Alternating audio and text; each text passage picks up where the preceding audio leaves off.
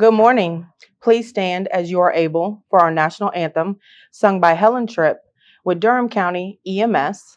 Please remain standing for the Pledge of Allegiance.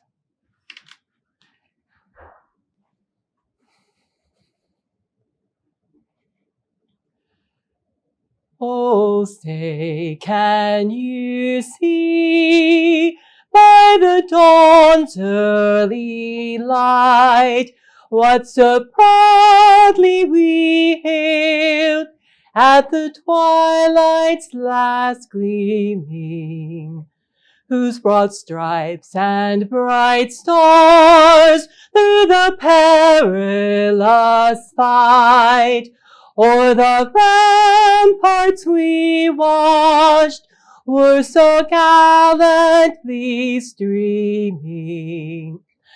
And the rocket's red glare, the bombs bursting in air, gave proof through the night that our flag was still there. Oh, say does that star-spangled banner yet wave o'er the land of the free and the home of the brave?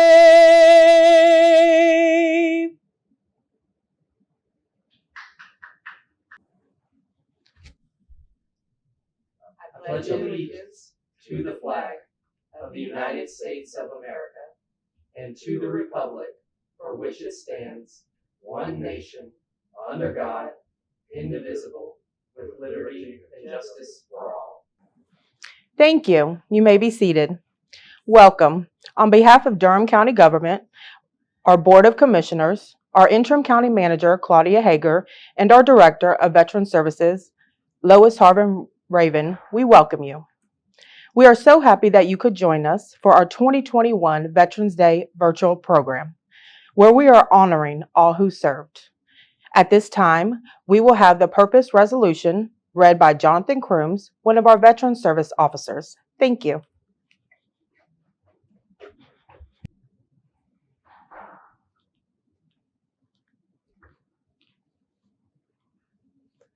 Good morning once again. I will now read the purpose of Veterans Day. The origins of Veterans Day date to the conclusion of World War I. The Great War, as it was known, officially ended when the Treaty of Versailles was signed on June 28, 1919, at Versailles, France. However, fighting actually ceased 7 months earlier when an armistice between the Allied nations and Germany went into effect on the 11th hour of the 11th day of the 11th month. For that reason, November 11th, 1918 is generally regarded as the end of the war to end all wars. During World War I, more than 4.7 million Americans served, including 350,000 African Americans, as well as Native Americans and other members of minority groups. For the first time in our nation's history, women joined the ranks of the U.S. Armed Forces. In the 19 months that U.S. military personnel fought during the war, 116,516 American soldiers gave their lives in combat, while another 200,000 were wounded. 2/3 of all American casualties occurred in the last 3 months of the war due to an influenza pandemic in the Battle of Argonne Forest, which lasted from September 26, 1918, until the armistice. In November of 1919, then President Woodrow Wilson proclaimed November 11th as the first commemoration of Armistice Day to honor American servicemen and women who fought and died during the war. The original concept of the celebration was the suspension of business for a 2-minute period beginning at 11 a.m., with the day also to be observed with parades and public meetings. On May 13, 1938, a federal law established the 11th of November of each year as a legal holiday, a day to be dedicated to the cause of world peace and to be thereafter celebrated and known as Armistice Day. Had World War I turned out to be the war to end all wars, perhaps we might still be celebrating Armistice Day today. But unfortunately, peace did not last, and another world war would break out only decades later. In 1954, after World War II required the greatest mobilization of soldiers, sailors, Marines, and airmen and women in our nation's history, and after American forces fought aggression in Korea, the 83rd Congress amended the Act of 1938 by inserting the word veterans in place of armistice. On June 1st, 1954, November 11th became Veterans Day, a day to honor American veterans of all wars. Every year on the 11th hour of the 11th day of the 11th month, we gather in remembrance of the armistice that ended fighting on the battlefields of Europe 100 years ago, and to remember that peace is preferable to conflict. We also gather to honor all American veterans for their service, both during peacetime and wartime, and to remember that the freedoms we as a nation enjoy are protected by men and women of all races and creeds who answer the call to serve. In honor of Veterans Day, both the Durham City Council and the Durham Board of County Commissioners have adopted proclamations. I will now read the common text between the two resolutions. Whereas each year our nation pauses to pay tribute to the many men and women who have pledged their allegiance to the United States Armed Forces. Whereas their loyalty to the military is evident in their commitment and willingness to make sacrifices to protect our country. Whereas their faithfulness and courage commands respect, as many have stood in the face of our country's adversaries to protect our freedom. Whereas the United States Congress passed a concurrent resolution on June 4th, 1926, calling for the observance of November 11th with appropriate ceremonies, and later provided in an act approved on May 13, 1938, that the 11th of November in each year should be a legal holiday celebrated and known as Armistice Day. And whereas on June 1st, 1954, Congress made an amendment replacing armistice with veterans. Whereas November 11th is Veterans Day and is set aside as a legal state and federal public holiday to honor our nation's veterans.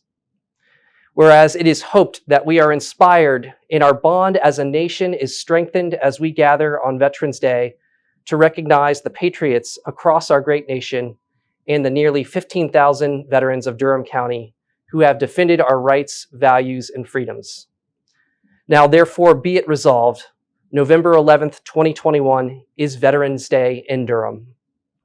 We urge all citizens to observe Veterans Day 2021 by displaying respect and gratitude for our veterans, both living and deceased, through appropriate services and ceremonies recognizing their great sacrifice. Here ends the reading of the resolutions. And now my colleague, Lindsay Atkins, will honor those who were imprisoned or never made it home in service to our country by presenting the POW MIA table.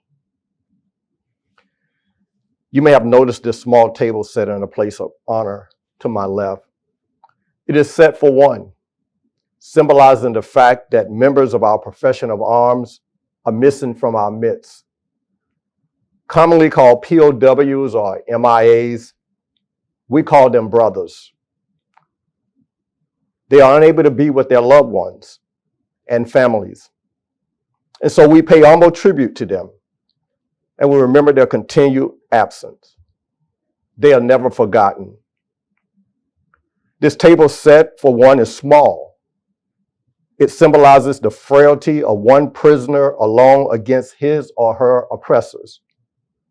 The tablecloth is white, symbolizing the purity of their intentions to respond to their country's call to arms. The single rose displayed in a vase signifies the blood they may have shed and sacrificed to ensure the freedom of our beloved United States of America. It also reminds us of the families and friends of our comrades in arms who keep faith while awaiting their return. The yellow ribbon tied so prominently on the vase is reminiscent of the yellow ribbon worn upon the lapel and breasts of thousands who bear witness to their unyielding determination to demand a proper accounting for our missing. The candle is reminiscent of the hope which lives in our heart to illuminate their way home, away from their captors and into the arms of a grateful nation. A slice of lemon is on the plate to remind us of their bitter fate. There's salt sprinkled upon the bread plate, symbolic of the countless family tears as they wait. The glass is inverted. They cannot toast with us at this time. The chair, it is empty. They are not here. Remember, all of you who served with them and called them comrades, remember, you who depend on their might and relied upon them, remember, do not forsake them. Pray for them and remember them. This time we ask that you would stand as Dr. Bruce Klitzman plays taps.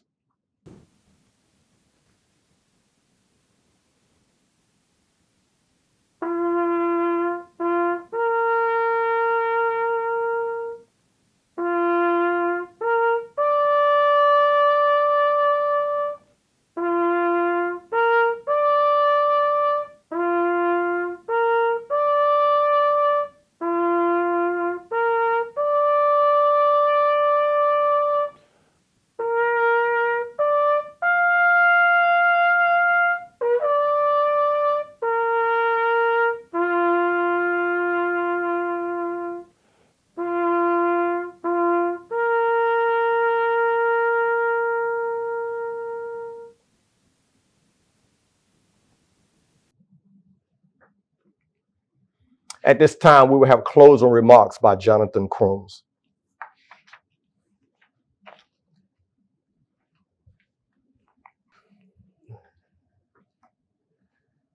On behalf of Lois Harvin-Raven, our Director of Veteran Services, and our team of 5, thank you again for joining us for our virtual celebration of Veterans Day.